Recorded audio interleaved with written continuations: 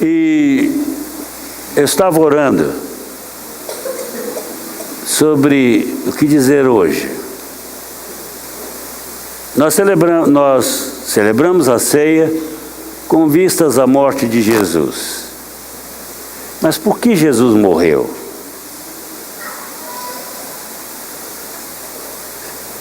Qual é o propósito da sua morte?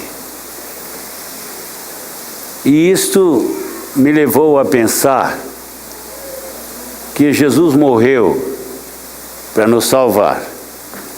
Mas não é salvar uma geração. Nós temos gerações para salvar. E a igreja, que é responsável pelo testemunho às gerações. Mas que igreja testemunhará às gerações do Senhor Jesus? Que tipo de igreja? E como vamos celebrar a ceia? Eu quero desafiar vocês nesta noite a celebrarmos a ceia com um propósito de ter na ceia um desafio para a nossa revitalização espiritual. A igreja, agora, neste início de terceiro milênio, precisa ser revitalizada. Precisa de uma membresia forte, revitalizada, revigorada, cheia de vida, cheia de entusiasmo, para fazer frente aos desafios desta era presente. Sempre o mundo esteve na administração maligna por força do pecado, e continua. Mas hoje, Satanás está acelerando o seu sistema de trabalho entre os homens. Ele está jogando pesado, jogando com muita clareza, ele não deixa ele já não usa disfarce mais. Ele está em todo o sistema mesmo. Ele está por trás das nações, por trás dos governos, ele está por trás da arte, ele está por trás de todo tipo de movimentação que envolve gente. Porque ele tem um propósito também para com o mundo. Mas nós temos que fazer frente a ele. Mas a promessa não foi feita ao crente individualmente. A promessa de triunfar contra o maligno, do triunfo contra o maligno, foi feita à igreja. E disse Jesus que as portas do inferno não prevalecerão. Não é contra o crente individual só não, é contra a igreja. Então é a igreja, porque um só não pode evangelizar o mundo, ele quer a sua igreja. E quando nós pensamos em igreja, nós não temos que pensar só na manancial de vida, não.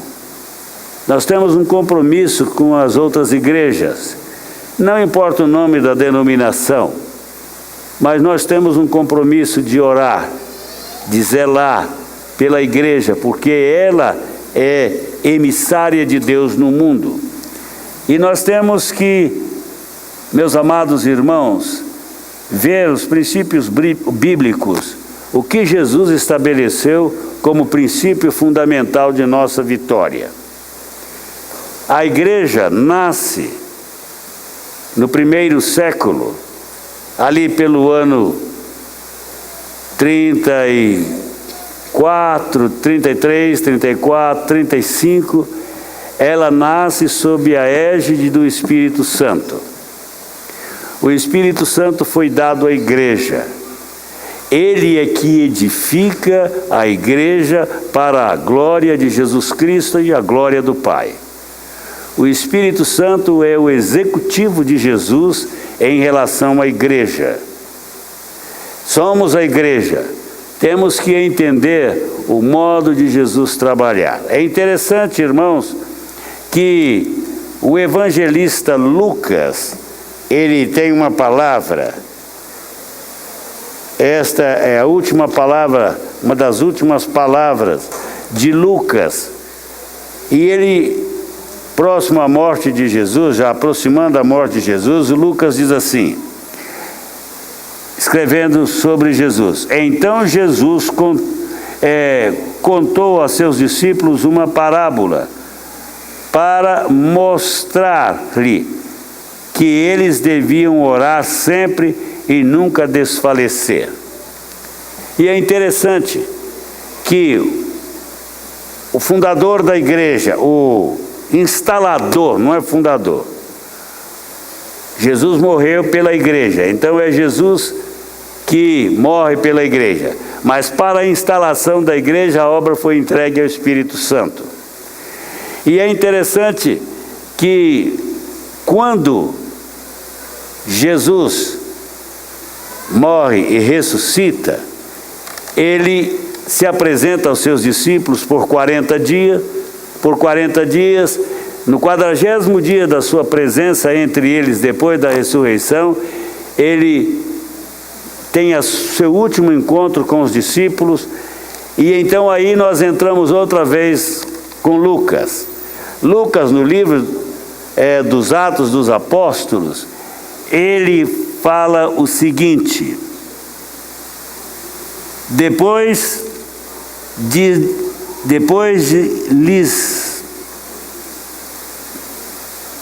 do seu sofrimento, Jesus apresentou-se a eles e deu-lhes muitas provas indiscutíveis de que estava vivo.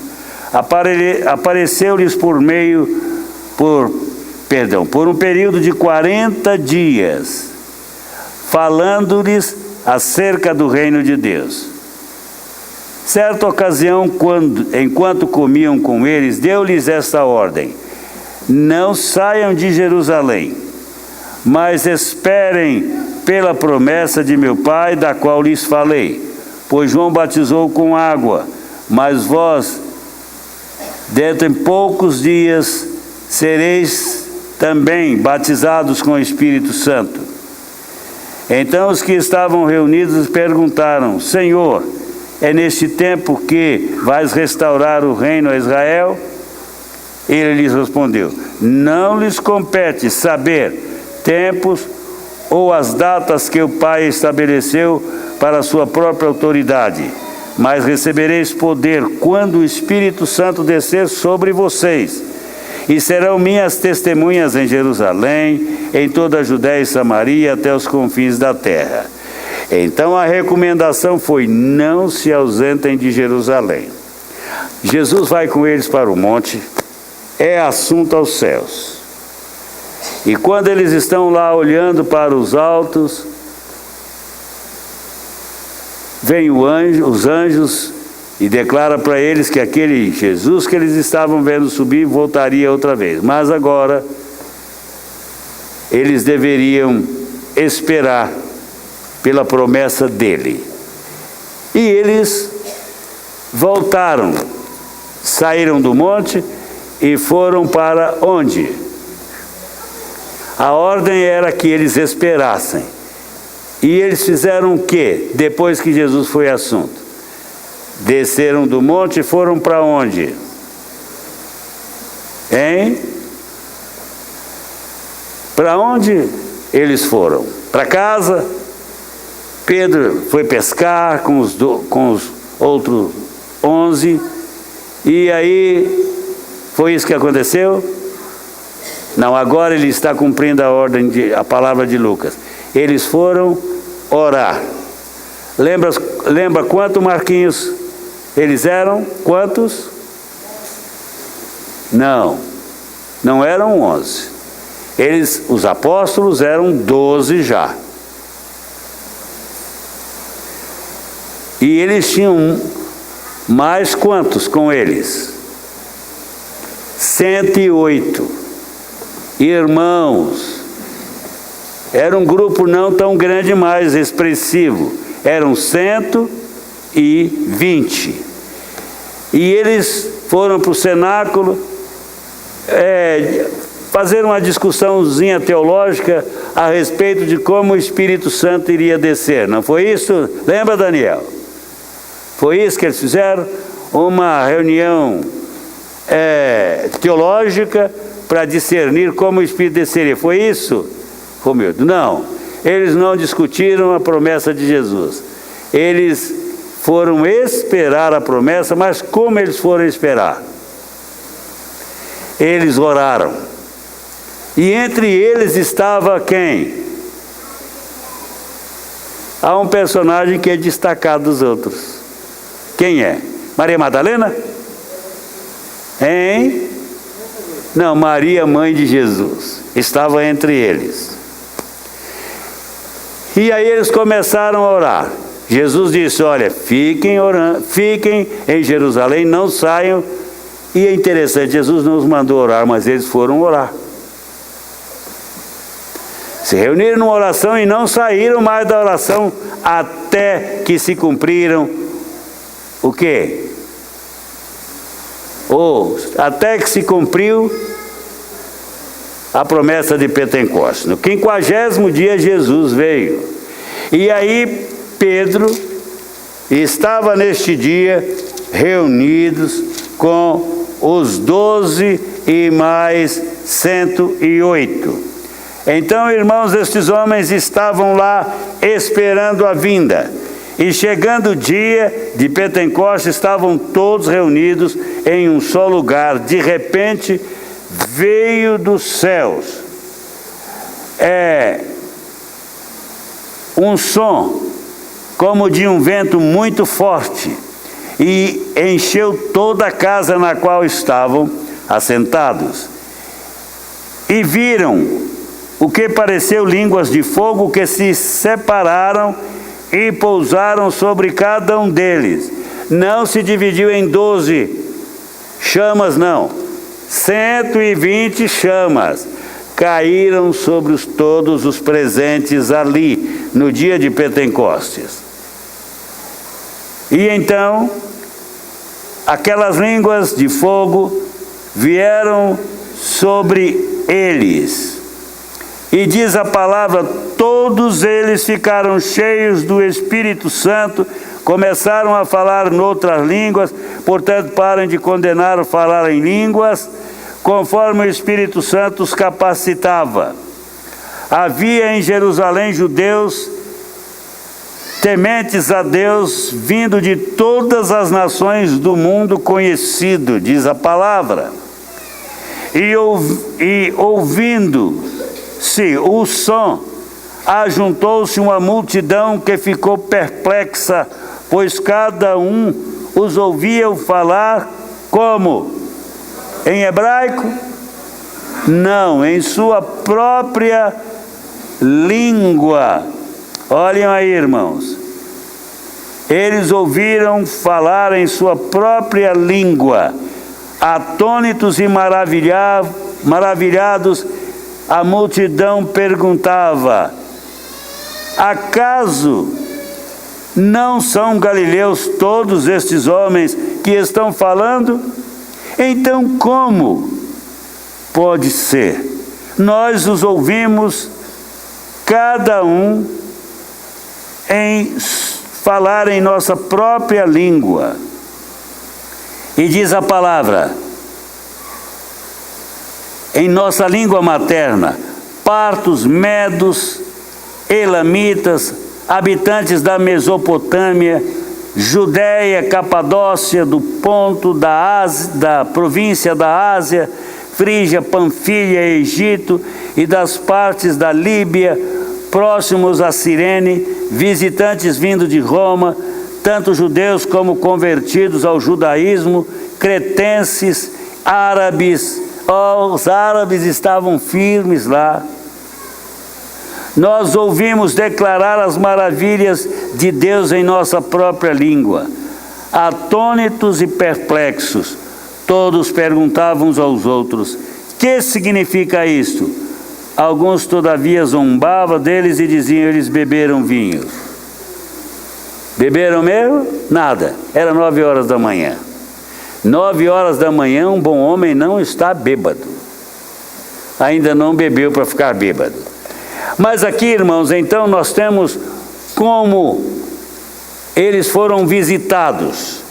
O Espírito Santo desceu sobre eles, inaugurou-se a igreja, e ela nasceu uma igreja vigorosa, forte, e exatamente disso que nós precisamos. Mas para chegar lá, nós temos que aprender pelo menos 3 princípios, para não ficarmos muito tempo. Os 120 que ouviram a palavra atentamente, decidiram obedecer fielmente à ordem do Senhor. Eles ficaram juntos, hebreus, judeus, prosélitos, todos estavam juntos, os convertidos estavam juntos. O Senhor os havia ordenado: fiquem em Jerusalém e eu enviarei a promessa do meu Pai que de mim ouviste, para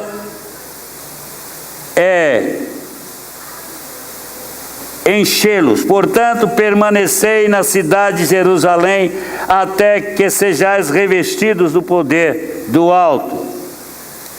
Esta palavra nós lemos em Lucas. E eles ficaram orando. Atos 1:4 nos diz: e estando juntos, os mandou que se fossem de Jerusalém, que não se fosse de Jerusalém, senão que esperassem a promessa do Pai. Atos 12:13 diz que eles esperaram e aconteceu. Atônitos,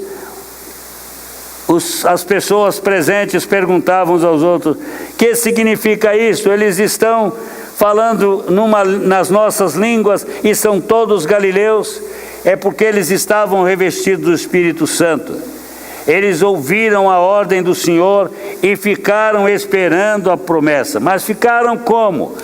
A segunda observação que eu quero que vocês ouçam: os 120 perseveraram esperando em oração e rogando a Deus que cumprisse a promessa que o Filho fez, e que era a promessa dele. Uma igreja precisa estar em expectativa. Aqueles 120 ficaram na expectativa, orando, aguardando no Senhor que Ele derramasse o poder. Irmãos, quando nós nos reunimos, o que nós estamos esperando? Qual é a nossa expectativa? O que nós estamos fazendo domingo após domingo? Será que nós estamos esperando alguma coisa, preparando-nos para algo extraordinário na história? Nós estamos vivendo uma santa expectativa. O Senhor prometeu que vai voltar. Será que nós pelo menos estamos esperando? Nós estamos sendo um povo em expectativa. Estamos celebrando a ceia com que expectativa? Qual é a fundamental das expectativas da ceia? É a vinda do Senhor. Até que eu venha, vocês vão celebrar. Isso deve marcar a nossa vida. Nós precisamos voltar a viver em expectativa, aguardando a intervenção do Senhor na história. E a história precisa da intervenção do Senhor. A história precisa ser mudada. Ela precisa ser resolvida. A história não foi resolvida até hoje. Nós estamos aguardando uma solução final. A natureza aguarda uma solução final. A natureza está ansiosa pela manifestação dos verdadeiros filhos de Deus. Mas onde estão os verdadeiros filhos de Deus? Será que eles estão na expectativa de serem uma resposta para a restauração de todas as coisas? Meus amados, ninguém entende de restauração melhor do que crente. E crente precisa viver numa expectativa de restauração. Irmãos, não aceite uma vida cristã fragilizada, sem expectativa, uma vida amarelecida, morrendo. Nós temos que viver em expectativa. Os ministros de Deus, pastores, têm que aprender a viver em expectativa. Aqueles que amam a Deus têm que viver uma intensa expectação no coração, aguardando a bem-vinda volta do Senhor Jesus Cristo. Agora, uma terceira realidade que precisa nos mover, ou que nós precisamos nos mover em direção a ela. Irmãos, é tempo de buscarmos unidade, trabalhar unidos.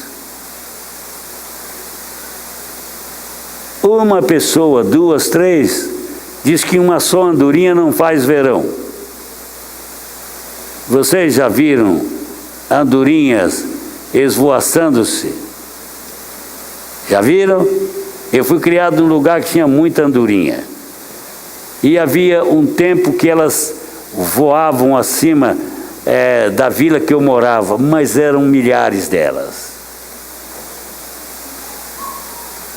Irmãos, nós precisamos de unidade como povo de Deus.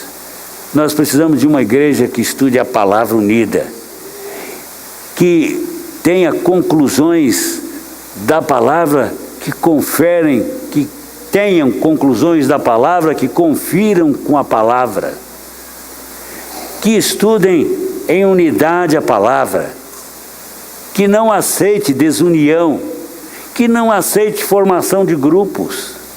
Tá certo, nós precisamos de ter um grupo de trabalho, mas fora isso, nós precisamos aprender a amar intensamente uns aos outros. Às vezes nós pensamos que temos que amar somente a pessoa mais humilde. Não, amar uns aos outros. O que tem um alto salário, o que tem um baixo salário, o que não tem salário, precisa ser amado. Hoje eu comprei a revista Veja, e o último artigo dela fala sobre preconceito racial principalmente. E eu fiquei pensando, aquele autor sugeriu que a gente não conseguirá com um só. Nós temos que falar isso, mas temos que viver isso. Sim, irmãos, mas entre homens não salvos, uma geração não salva, não há jeito de resolver o problema de preconceito. Só há uma pessoa que pode resolver o problema de preconceito, é Jesus. Quando estivermos todos em Cristo, porque quando estivermos todos em Cristo, nós vamos nos ver uns aos outros como todos dignos de um lugar. Não é questão de cor de pele, não é questão de cultura, não é questão de conta bancária, não é questão de casa de luxo, não é questão de carro de luxo, de ternos de luxo, não é nada de roupa de luxo, não é isso. Nós não vamos, a nossa diferença estará em tudo que nós somos em Cristo. É Cristo que nos faz diferente, mas nos faz iguais, para sermos amados, para amarmos. Por isso, aquela igreja diz que eles estavam unânimes, juntos. A cidade via aquele povo junto. A cidade via aquele povo trabalhando. A cidade via aquele povo levando as cargas uns dos outros.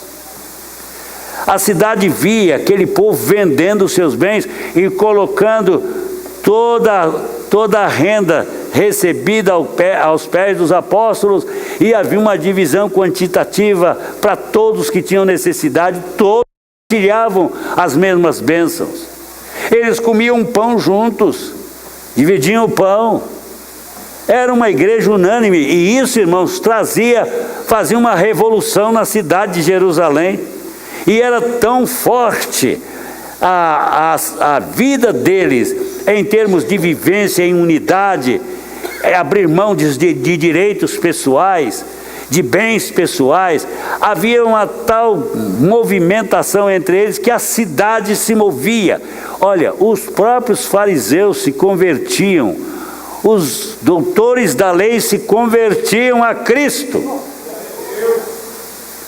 Quando via a expressão de vida de Jesus naqueles crentes, pelo que eles viviam, pelo que eles faziam, eram homens com dignidade, pobres, mas cheios do Espírito, ricos. E eles tinham uma mensagem para compartilhar. Mas eles tinham uma vida que era uma mensagem, era uma carta, é carta de Cristo, que podia ser lida através dos seus feitos. Vamos celebrar a ceia pensando nessas três coisas. Eles viviam juntos, eles oravam e intercediam juntos, eles obedeciam juntos à ordem de Cristo. Estavam prontos a obedecer o seu Senhor, todos eles. E o dia que nós estivermos assim, esta cidade vai saber, o mundo há de saber, o mundo vai saber, o mundo inteiro vai falar de uma igreja assim. Vamos celebrar a ceia pensando nisso? E você pode. Quantos acham que podem fazer isso? Levantem, fiquem de pé. Pastor, pode tomar aqui o lugar. Vamos ficar de pé. Todos que acham que podem se dar a isto. E levantem a mão. Senhor, agora eu oro, debaixo da unção do Espírito, que tu visites o seu povo nesta hora de celebração, Senhor. Que o seu povo, o povo que se chama pelo seu nome, Senhor, seja tocado agora nesta hora de celebração da ceia. Use este momento para falar ao nosso coração, em nome de Jesus. E eu quero...